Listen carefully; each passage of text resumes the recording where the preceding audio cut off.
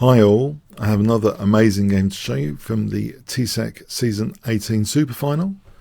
This is in round 4, the mighty Stockfish playing white against Leela.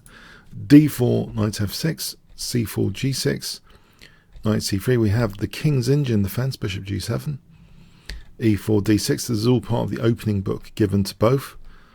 So this is the old main line move.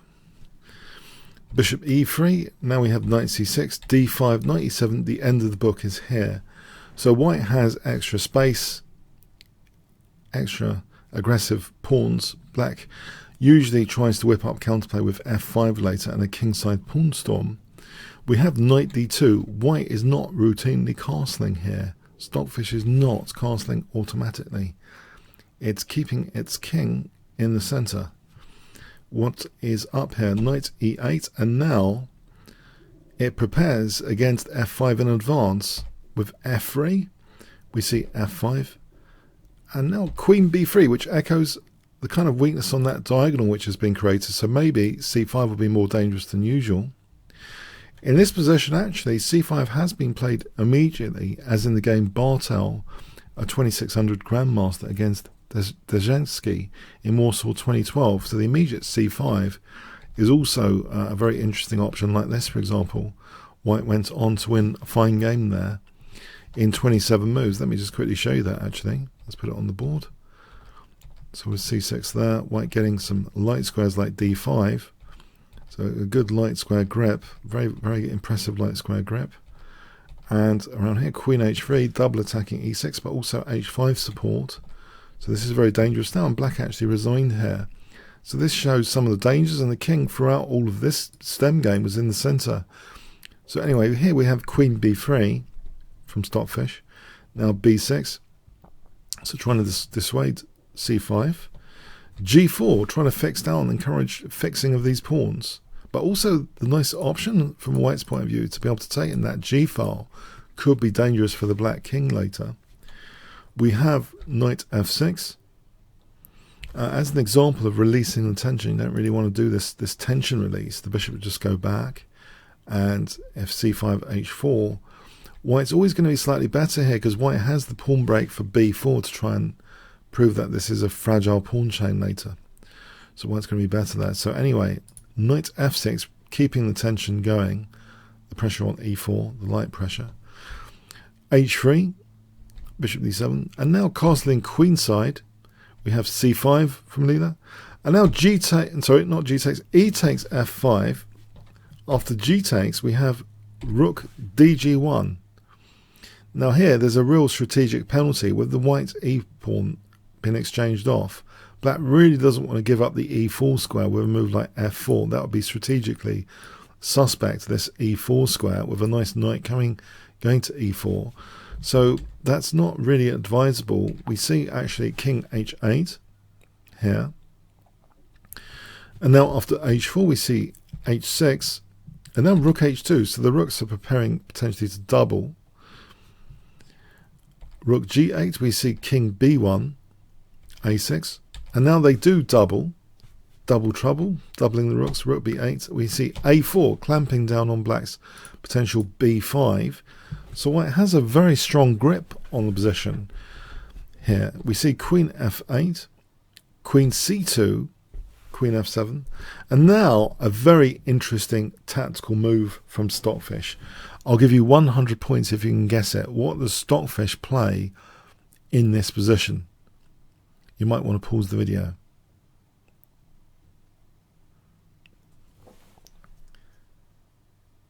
Okay, Stockfish plays bishop g5, a remarkable tactical move.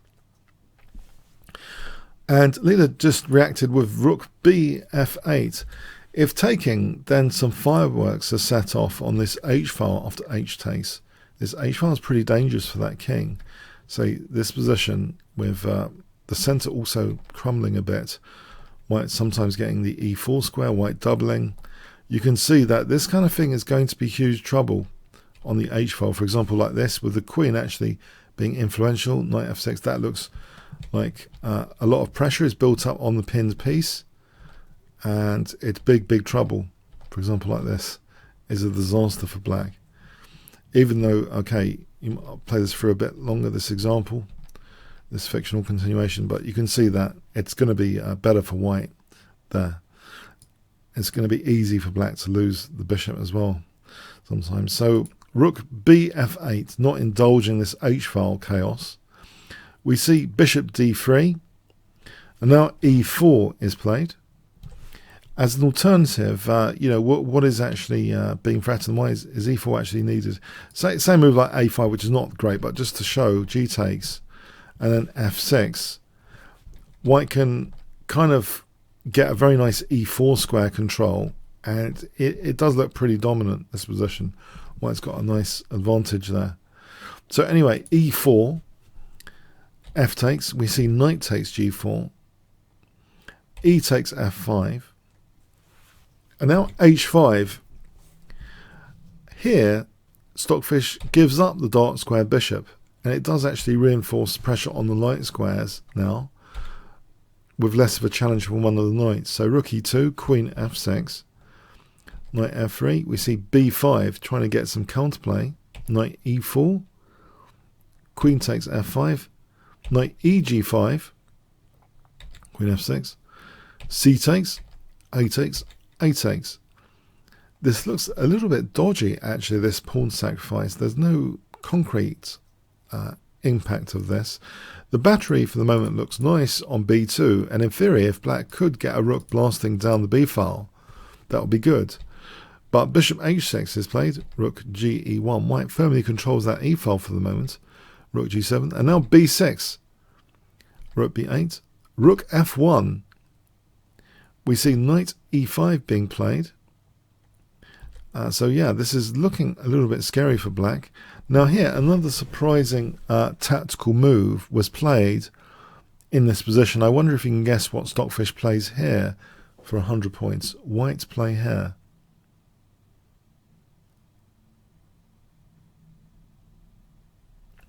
Okay, actually Stockfish played an intriguing exchange sack. So rook takes, so knight d2, this has fragmented these pawns, so weakened c5 in particular. Nice blockade square on e4. This pawn, if any dream of that diagonal, it's now gone. This pawn's blocking that whole diagonal. We see queen e7, and now d6, just giving up pawn to get a key tempo. Knight de4 was also strong, just giving up b6. For example, d6 here. If black has to give up the exchange, because white might be threatening to go in with rook f6. If this is the best, it's not particularly great for black. There's still dangers like this. This is a really dangerous position for black. So d6 immediately, though, to gain a tempo with knight e4. And queen e7 was played. If queen takes b6, then this killer common square, the knight and rook, can use f6, help each other use f6, and then win that piece there with that tempo gain on the queen. So queen e7, we still see rook f6, and the bishop is given up now, h takes, rook takes g5. So for the moment, in fact, what is going on here? Well, we can see very interesting dynamic position here. The king seems a bit loose. Black has two rooks and the bishop. White is the exchange down, and for the moment, a pawn down. But this pawn looks pretty dangerous. We see queen c1. So, very dynamic position, but it's so fragile, the king over here. We see rook g4,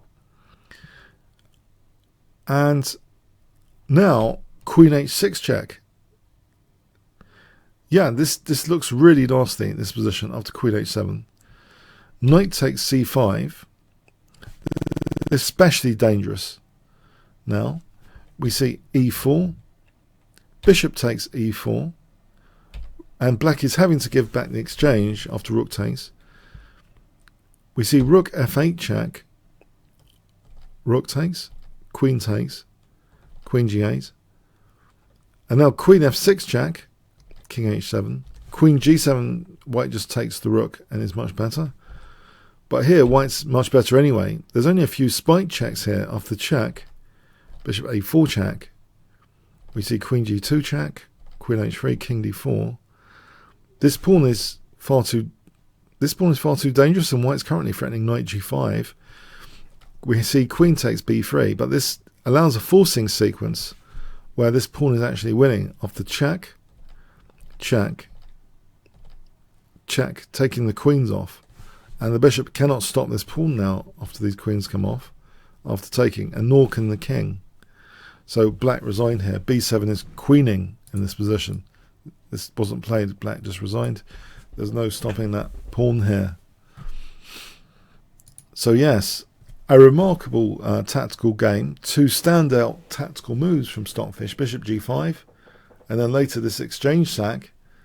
The dynamics of the position made the b-pawn very dangerous, combined with black's king safety.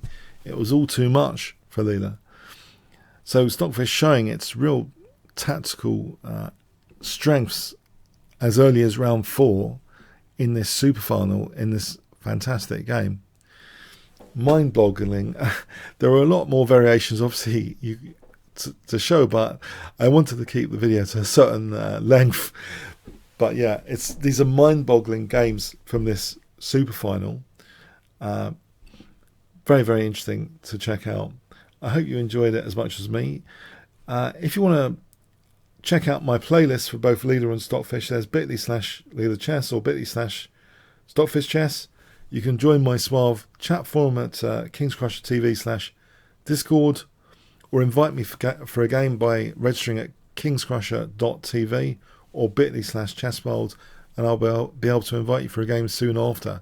Okay, comments, questions, likes, shares, subscribes with the notification bell especially, really appreciated. Thanks so much.